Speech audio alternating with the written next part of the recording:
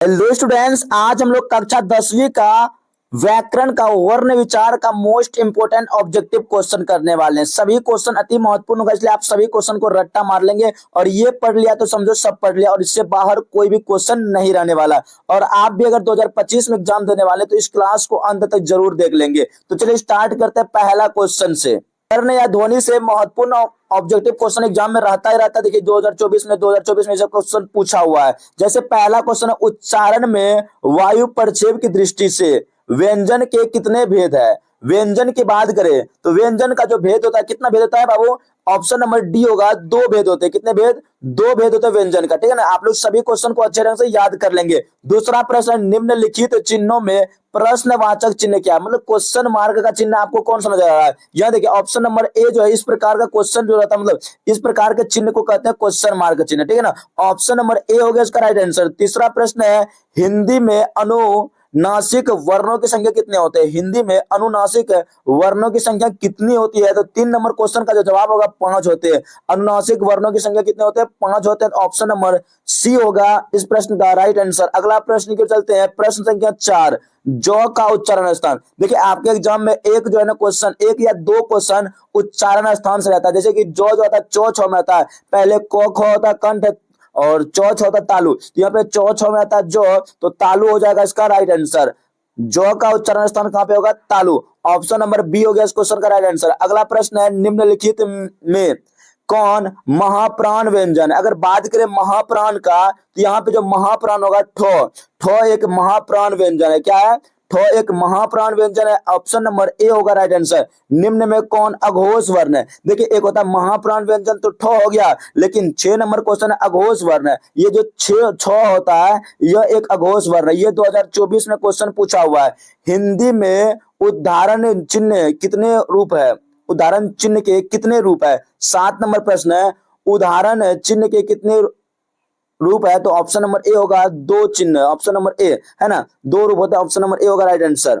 अगला प्रश्न है 8 नंबर, निम्न में से कौन उसमें व्यंजन है? देखिए उसमें व्यंजन की बात करें तो इसमें से कौन सा होगा? सौ जो है ना, सौ हम लोग का उसमें व्यंजन है। ऑप्शन नंबर ए होगा इस प्रश्न का राइट आंसर। एक उसमें व्यंजन है। अगला प्रश्न है, प का उच्चारण स्थान। देखिए प फ का जो पूरा होता है ना, उसका उच्चारण स्थान ओष्ठ होता है। प फ का उच्चारण स्थान क्या होता है? ओष्ठ होता है। आप लोग को याद रखना ऑप्शन नंबर ए। व्यंजनों के नीचे जब एक तिरछी रेखा इस प्रकार से लगाया जाए तो उसे क्या कहते हैं? व्यंजन के नीचे अगर इस प्रकार का तिरछी रेखा लगाए तो उसको कहता है हलंत।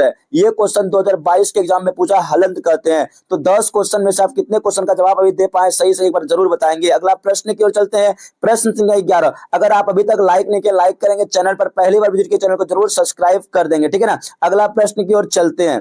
प्रश्न संख्या 11 है, स्वरों के उच्चारण में लगने वाले समय के आधार पर स्वर वर्ण के कितने भेद? देखिए उच्चारण के मतलब समय के आधार पर वर्ण के कितने भेद होते हैं? स्वर वर्ण पूछा गया, स्वर वर्ण के कितने भेद होते हैं? तो 11 नंबर क्वेश्चन का होगा 3 भेद होते हैं। समय के आधार पर स्वर वर्ण के 3 भेद होते हैं। ठीक है, ऑप्शन नंबर बी होगा राइट आंसर। अगला प्रश्न है 12 नंबर, चौ का उच्चारण स्थान क्या है? बात करें चौ, चौ छो जो है ना, को खो आता है कहाँ पे?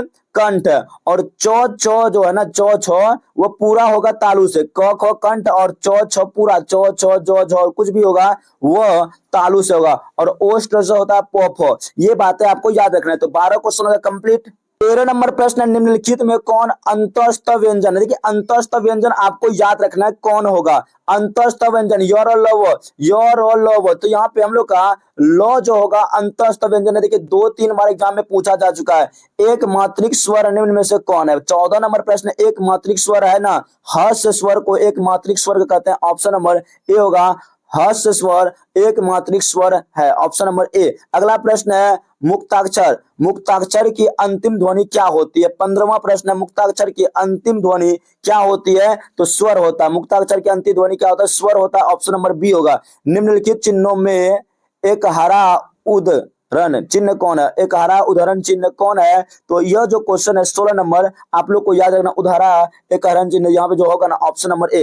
एक हरा उदाहरण चिन्ह जो होगा इस प्रकार से होगा दोनों साइड पे इस तरह से। ठीक है ना, ऑप्शन नंबर ए होगा। लौ कौन व्यंजन है? लो जो है ना योर और लो वो, ये देखिए ये जो है ना कौन सा व्यंजन है, 17 नंबर क्वेश्चन, अंतस्थ व्यंजन। अंतस्थ व्यंजन में कौन कौन आता है, यो भी आता है, रो भी आता है, लो भी आता है, वो, ये चार आता है किसमें, अंतस्थ व्यंजन में। आपको ये बातें याद रखना है। अगला प्रश्न 18 नंबर, किसकी अंतिम ध्वनि स्वर्ण होती है, मतलब स्वर होती है। 18 नंबर प्रश्न है, किसकी अंतिम ध्वनि स्वर होती है, तो मुक्ताक्षर की अंतिम ध्वनि स्वर होती है। ऑप्शन नंबर डी होगा, मुक्ताक्षर की अंतिम ध्वनि स्वर होती है। 18 प्रश्न हो गया कंप्लीट। अगला प्रश्न की ओर चलते हैं, 19 नंबर, अक्षतरज्ञ कौन सा व्यंजन है।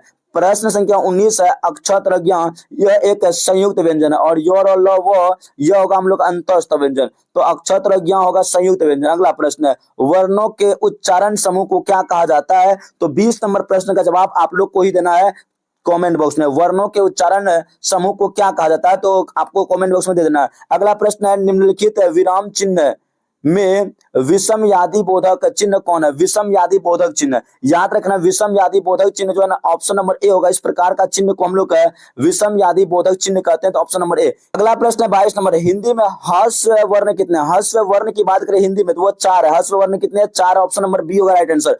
अ का उच्चारण स्थान, 23 नंबर प्रश्न, अ का उच्चारण स्थान जो है ना कंठ होता है, और क वर्ग का उच्चारण स्थान भी क्या होता है, कंठ होता है। ऑप्शन नंबर डी होगा।